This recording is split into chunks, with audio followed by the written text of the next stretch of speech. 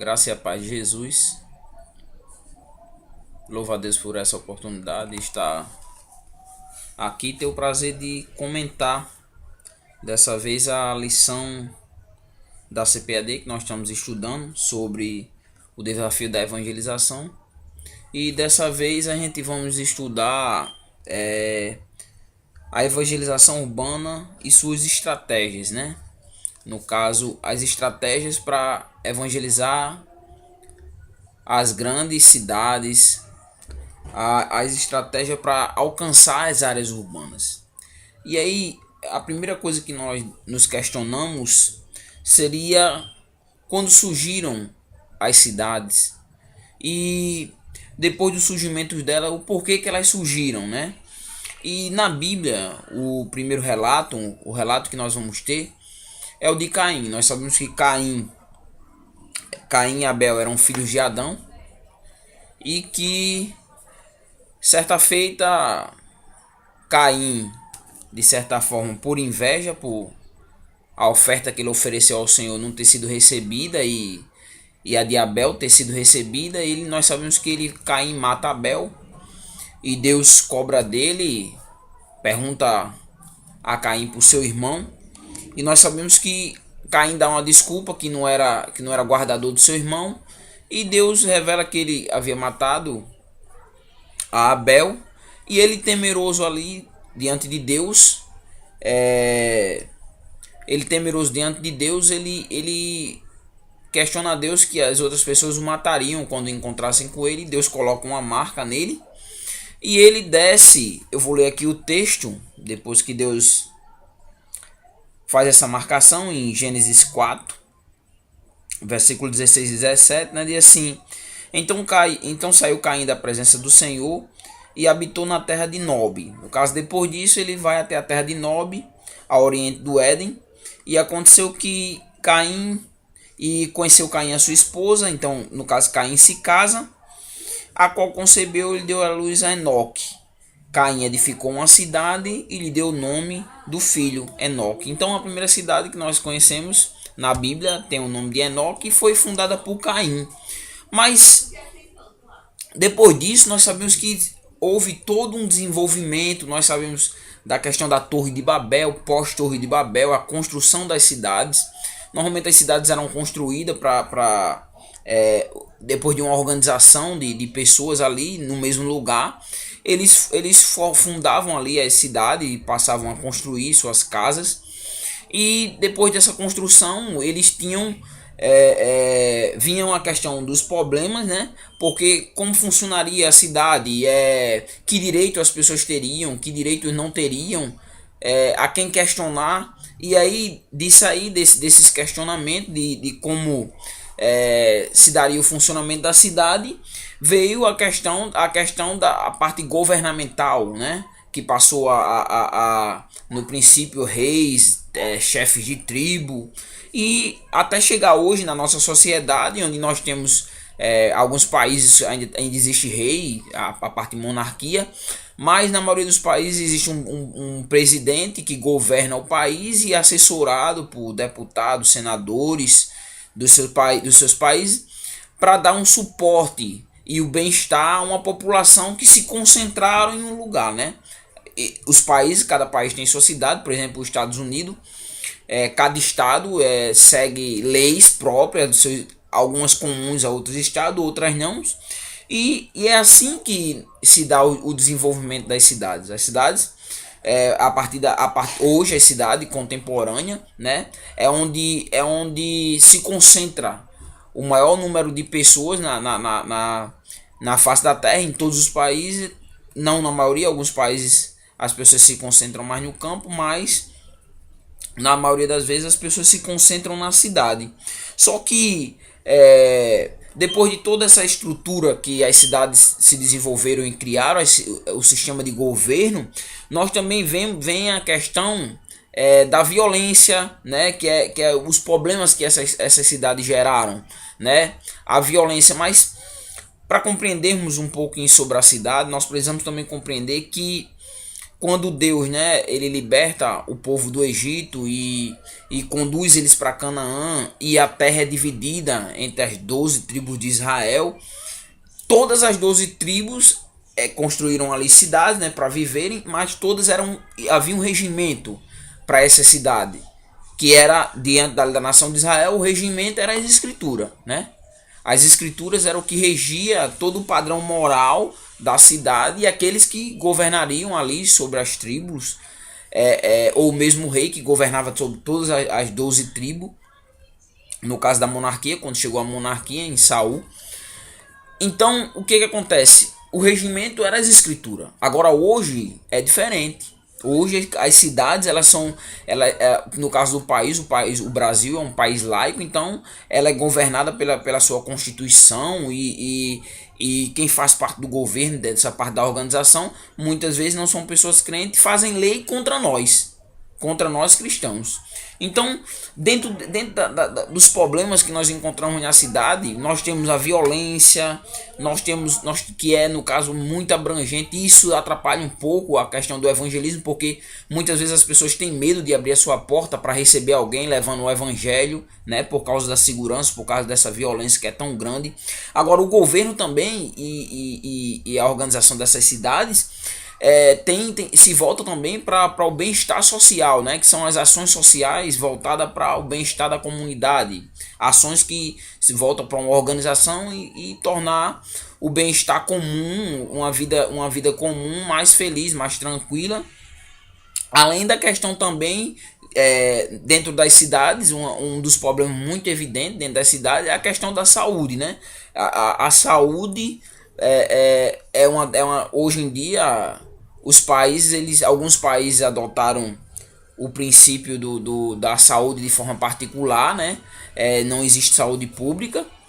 E no Brasil, no caso onde nós moramos, existe o SUS, né? Mas muito defasado. Então, dentro de tantos problemas que ocorrem dentro da cidade, nós temos, né? A cidade, a cidade também, dentro da cidade, uma coisa que a gente deve compreender é que dentro das cidades elas são divididas por classes. Classe A, classe B, classe C, etnias, né? Pessoas, no caso o Brasil é formado por muitas etnias, pessoas de muitas nações. Juntando tudo isso, nós temos que ver tudo que engloba a parte das cidades, das zonas urbanas, para trabalhar o evangelismo dentro das cidades. Então, também uma coisa que a gente deve ver, né? A primeira cidade foi afundada por Caim e recebeu o nome de Enoque, seu filho, mas também nós temos a última cidade, a Nova Jerusalém. Apocalipse, capítulo 1 e versículo 2. A Nova Jerusalém que nunca passará. E é essa cidade que todo crente, eu, você, todos nós devemos almejar. Uma coisa também importante sobre o conceito de cidade é que, por exemplo, no mundo, 54% da população mundial vive na cidade. Agora, se nós nos voltarmos para cá, para o Brasil, no Brasil, 80% das pessoas no Brasil, elas vivem nas cidades. E se você for ver além disso, na América Latina, no caso, né, nós fazemos parte da América Latina, 70% das pessoas na América Latina também vivem em cidade. Então, a evangelização hoje nas cidades é algo primordial. Nós devemos ter um conceito de evangelismo nas cidades primordial. Nós devemos compreendermos que há necessidade de toda uma preparação, todo um estudo para o evangelismo na cidade, porque a maioria das pessoas elas vivem na cidade, vivem em cidades, e não podemos continuar de certa forma muitas vezes com aquele evangelismo arcaico, né? Arcaico, até mesmo porque as cidades, nas capitais, nas cidades é onde há o maior desenvolvimento cultural e educacional. Então nós temos muitos desafios, além de todos esses que eu falei, né? No caso também pensamentos diferentes, muito, no Brasil principalmente, existe muito pensamento diferente, existem muitas religiões e cada uma com um pensamento diferente, o que torna um pouco confuso, né, a coisa. Aqui no textuário, em Mateus 11, né? E versículo 1, eu quero ler aqui o texto áureo, que diz assim: E aconteceu que, acabando Jesus de dar instrução aos seus 12 discípulos, partiu dali a ensinar e a pregar nas cidades. Aqui eu quero tirar duas coisas que a gente devemos observar, né? Que depois de que Jesus, né? Depois de acabar Jesus de dar instrução, no caso, instruir, né? Instruir. Para que haja um bom evangelismo, é preciso que haja uma boa instrução, e Jesus aqui vai fazer referência também ao ensino. Então hoje nós devemos buscar cada dia mais nos instruir, estarmos a parte do que acontece na sociedade, e principalmente nos instruirmos com respeito às escrituras. Porque quando nós formos levar o evangelho ou formos ensinar as pessoas na rua, nós não vamos ensinar sobre a nossa vida, sobre quem sou eu, quem é Alex, moro no Parque 13 de Maio. Não, a gente vai ensinar sobre Jesus. Então é para isso que nós precisamos ter essa consciência de a cada dia mais buscar instrução e aprender mais das escrituras. Também o textuário aqui traz algo interessante. A evangelização urbana é o primeiro desafio missionário da igreja e o estágio inicial para se alcançar os confins da terra. Quer dizer, a evangelização de uma igreja, no caso a minha Assembleia de Deus, no meu bairro aqui, antes de que ela comece a missão transcultural, ela tem que começar a missão no próprio bairro. No próprio bairro. Assim também como o crente. Onde é que o crente deve começar o evangelismo? Onde é que você, meu irmão, talvez questione, onde é que eu começo para depois alcançar até as outras nações? Qual é o lugar que eu devo começar a evangelização? Eu vou dizer para você que o lugar onde você deve começar é na sua casa. É na sua casa. No caso, a evangelização é o primeiro desafio missionário da igreja, mas esse desafio ele começa na sua casa, nos seus parentes, depois na sua rua, depois no bairro, depois onde engloba toda a sua igreja, para depois então partirmos para o interior do estado, ou partirmos para o Brasil, e depois do Brasil partirmos para as missões transcultural. Mas tem que começar, a missão ela tem que começar em casa, primeiramente dentro do nosso lar, para depois expandirmos, levarmos o evangelho para outros lugares. E outra coisa, por exemplo, onde é o campo missionário? Onde é o seu campo missionário? Onde é que seria esse campo missionário? Irmão Alex, onde é o campo missionário? O meu campo missionário. Onde é o seu campo missionário? Onde eu tiver uma alma. Onde houver uma alma, é o lugar onde você deve levar o evangelho. Onde houver uma porta aberta para você, você deve levar o evangelho de Jesus Cristo.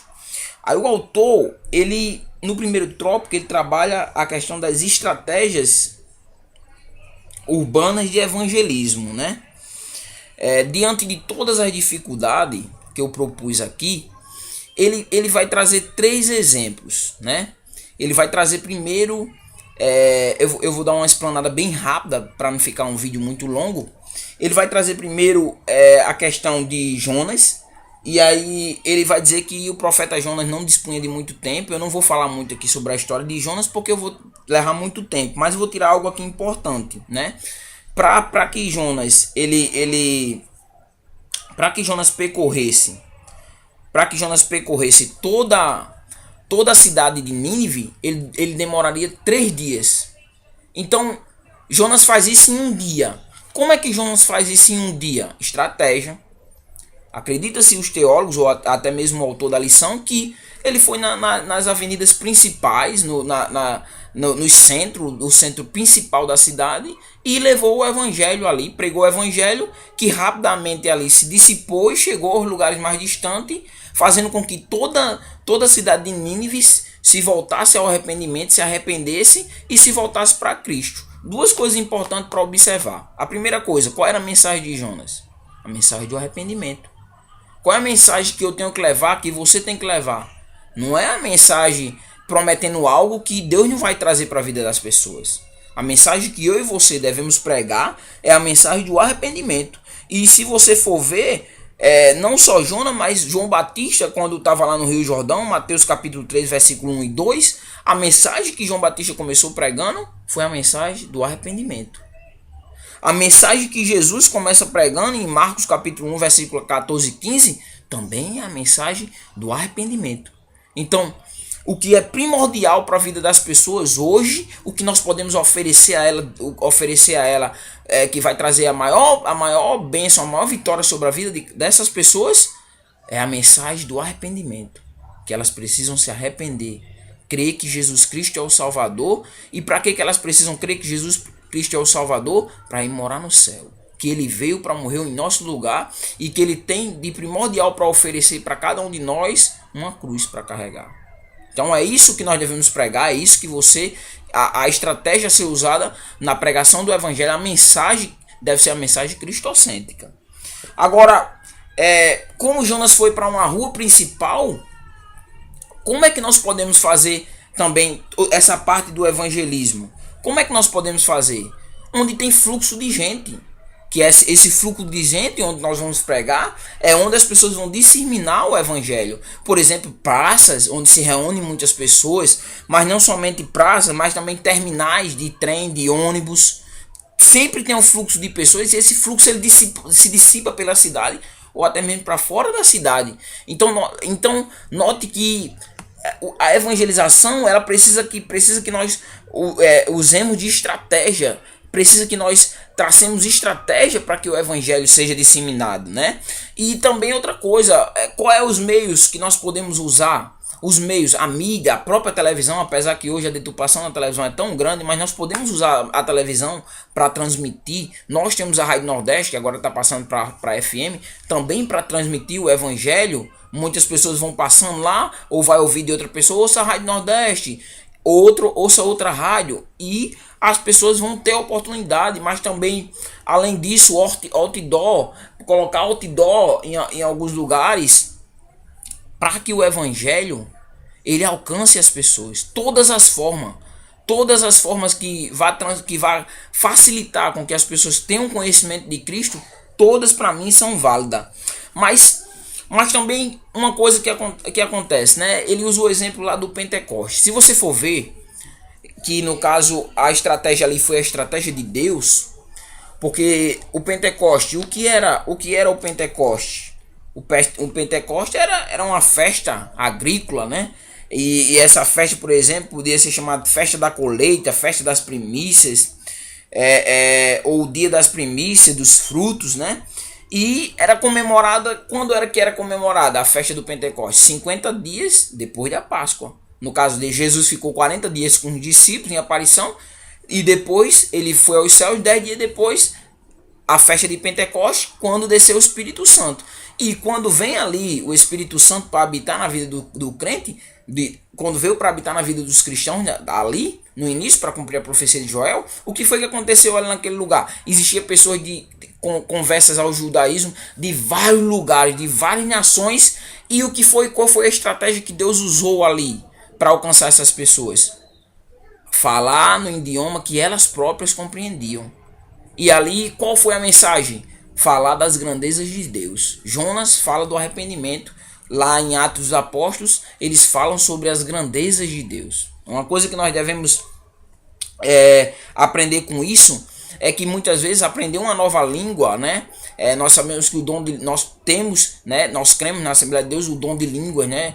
O dom que Deus concede para edificação própria, e se houver quem interprete também como dom de profecias. Mas também existe a importância de nós aprendemos uma outra língua, até mesmo porque o Brasil é um país de certa forma turístico e existem pessoas de outras nações. Nós temos realizado muitos eventos no Brasil que vêm pessoas de muitas nações e até pessoas de nações onde, por exemplo, o evangelho não é disseminado.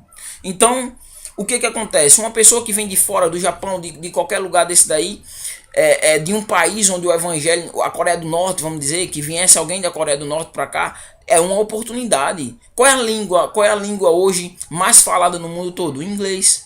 Então, se nós falarmos inglês fluentemente e tivermos essa oportunidade no evento, outra estratégia que nós devemos usar é os eventos de grande porte. Nós estamos agora prestes a uma Olimpíada, e ali é uma oportunidade de nós levarmos o evangelho de forma não mais nacional, mas transcultural, pregando o evangelho para essas pessoas, os visitantes de outros países.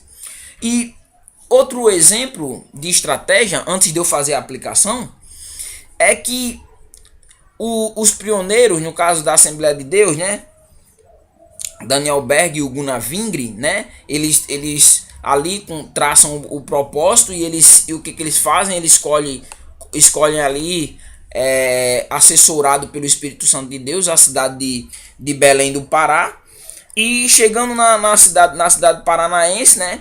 Que geograficamente é uma cidade que propicia a condução do evangelho para todos os lugares. E o que eles fazem? Procuram aprender a língua e começam o trabalho de evangelização. Começa o trabalho de evangelização, abre ponto de pregação, se torna igreja, parte para outro lugar, abre outro ponto de pregação que também se torna igreja. E assim, hoje, a Assembleia de Deus é a maior igreja do Brasil por causa que teve esse propósito. Dar início à evangelização, plantava-se no lugar, expandia para o outro, expandia e hoje se encontra no Brasil todo. Então nós devemos traçar as estratégias. O crente que não tem uma estratégia para ganhar alma, faz a coisa meio de qualquer jeito, vamos ali, muitas vezes só entregar aí, bom dia, literatura. E isso não tem nada a ver com evangelismo. Eu vou citar aqui alguns exemplos, né? Eu coloquei aqui, no caso a aplicação, como eu chamo isso de porta do evangelho. Porta do evangelho. O que é a porta do evangelho? O que seria essa porta do evangelho? Seriam portas onde você abriria para pregar o evangelho. E aqui no meu bairro, nós temos alguns trabalhos que eu tiro o chapéu. Nós temos alguns trabalhos aqui que eu tiro o chapéu. Por exemplo, uma dos mormons. Nós temos uma quadra aqui atrás, em uma igreja dos mormons. O que é que eles fizeram? Qual é a estratégia que eles têm usado? Eles pegam o jovem daqui do bairro, né? No caso é um bairro, uma periferia. Eles pegam o jovem desse bairro, conduzem esse jovem para lá, para a quadra deles. E lá na quadra, qual é o momento agora? Para jogar futebol. Mas aí eles dão uma pausa e sempre tem a introdução de uma palavra e oração. E assim eles têm feito esse trabalho e é um trabalho muito bom. Também o trabalho de evangelismo porta a porta. Chega ali e começa um trabalho de evangelismo, evangelizando ali durante um ciclo e trazendo uma série de ensinamentos, introduzindo o livro do Mormon. Também é louvável, apesar que eles ensinam, nós não cremos na maioria das coisas que eles ensinam, temos de certa forma como heresia, né? São hereges, assim, né? Usa o livro do Mormon e a Bíblia diz que não pode ser acrescentado nem um tio nem um jota. Então não vale a pena, não vou falar sobre isso. Mas é louvável essa estratégia. A Universal, o que ela faz? A Universal gincana com os jovens. Leva para lá com intuito de brincadeira.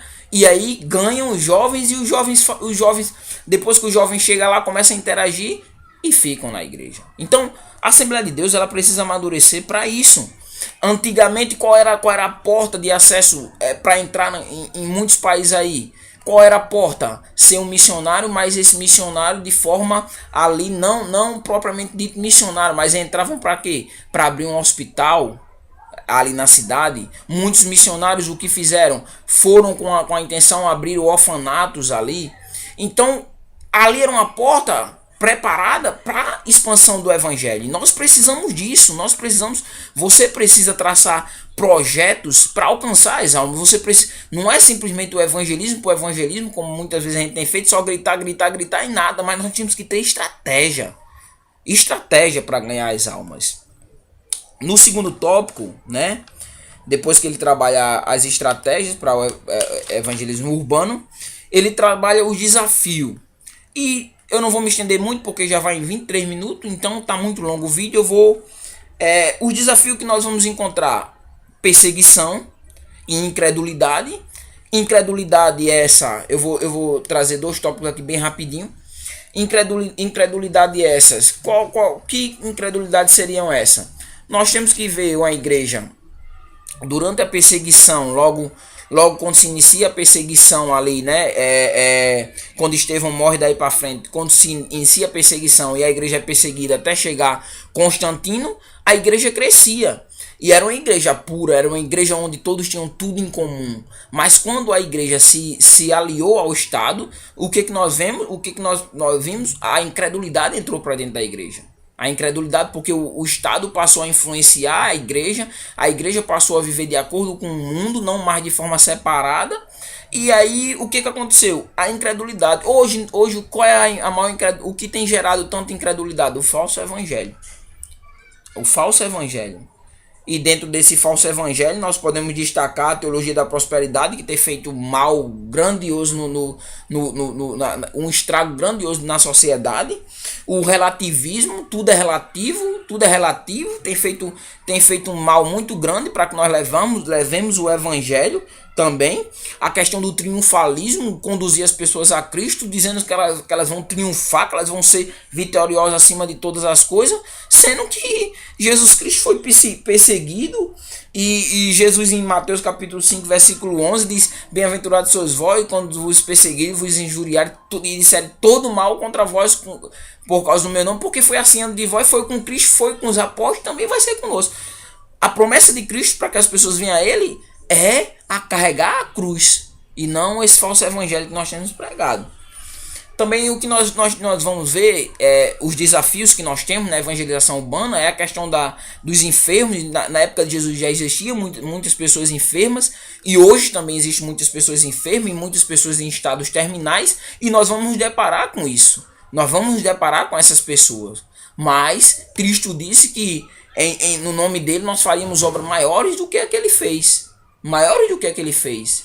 Então, eu que acredito na contemporaneidade dos dons, agora precisa haver uma vida de consagração. Nós podemos também, da mesma forma que Cristo fez, fazer milagres. Agora, contanto que seja para a propagação do evangelho, e nunca para uma exaltação pessoal, mas sim para a propagação do evangelho. Então, quando nós nos depararmos vamos nos deparar muitas vezes com pessoas enfermas, e nós temos que estar ali com a vida de santidade, uma vida plena em Cristo, para que o milagre aconteça ali, se não trazer uma paz para aquelas pessoas, para que elas passem dessa vida para a próxima vida, mas com Cristo. Além do mais, a Bíblia também diz que nós não temos que lutar nem contra a carne, nem contra o sangue, mas contra os principados e as potestades, né? Então, a nossa luta é contra o inimigo de nossas almas. E muitas vezes nós vamos encontrar pessoas endemoniadas que nem vai parecer que está endemoniada. E nós precisamos estar revestidos da armadura de Efésios, no capítulo 6, ali nós precisamos estar vestido com toda aquela armadura para nós enfrentarmos a batalha, assim como Jesus enfrentou na tentação, assim como Paulo enfrentou quando encontrou aquela jovem adivinha que ali ficava dizendo que eles eram homens de Deus, até ele repreender. E nós vamos encontrar essas coisas. E para finalizar, o que nós podemos ver é que Paulo, para que nós possamos fazer um evangelismo, fazer um bom evangelismo, nós precisamos primeiro ter uma boa equipe para levar o evangelho. E se você vê, Jesus ele preparou uma boa equipe. Ele escolheu 12. Quando ele lá em Coríntios, capítulo 15, 1 Coríntios, caso não esteja enganado, ou é 2 Coríntios, capítulo 15, vai dizer que um bocado de pessoas haviam visto Cristo. Então, estavam com ele. Quando Judas traiu Jesus e quando veio Matias para o lugar dele, o que nós vemos nisso aí? Era que existiam as pessoas que Jesus preparou durante todo um processo. O que eu quero dizer com isso? Eu quero dizer que ninguém trabalha sozinho. É engano do homem achar que ele vai trabalhar sozinho. Paulo trabalhou com Barnabé, trabalhou com Silas, tinha Timóteo, tinha Tito. E o que acontece? Lucas também. E Paulo ele trabalhava com uma equipe preparada. O que nós precisamos hoje também no evangelismo é um treinamento mais apurado. Um treinamento, assim também como uma estratégia é começar com uns pontozinhos de pregação, para aquele ponto ali assessorar a nossa ida para outros lugares, para abrir outras portas através daquele ponto.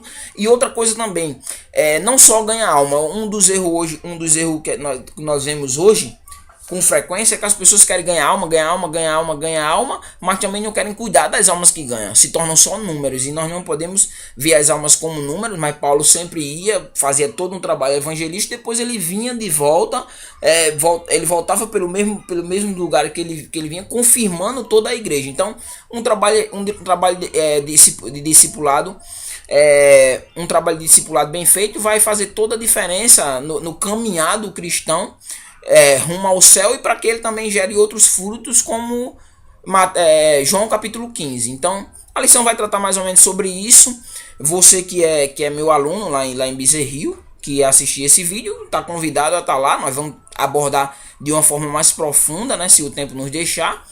E a lição vai tratar sobre isso. Que Deus te abençoe e que possa nos conceder outras oportunidades em nome de Jesus. Amém.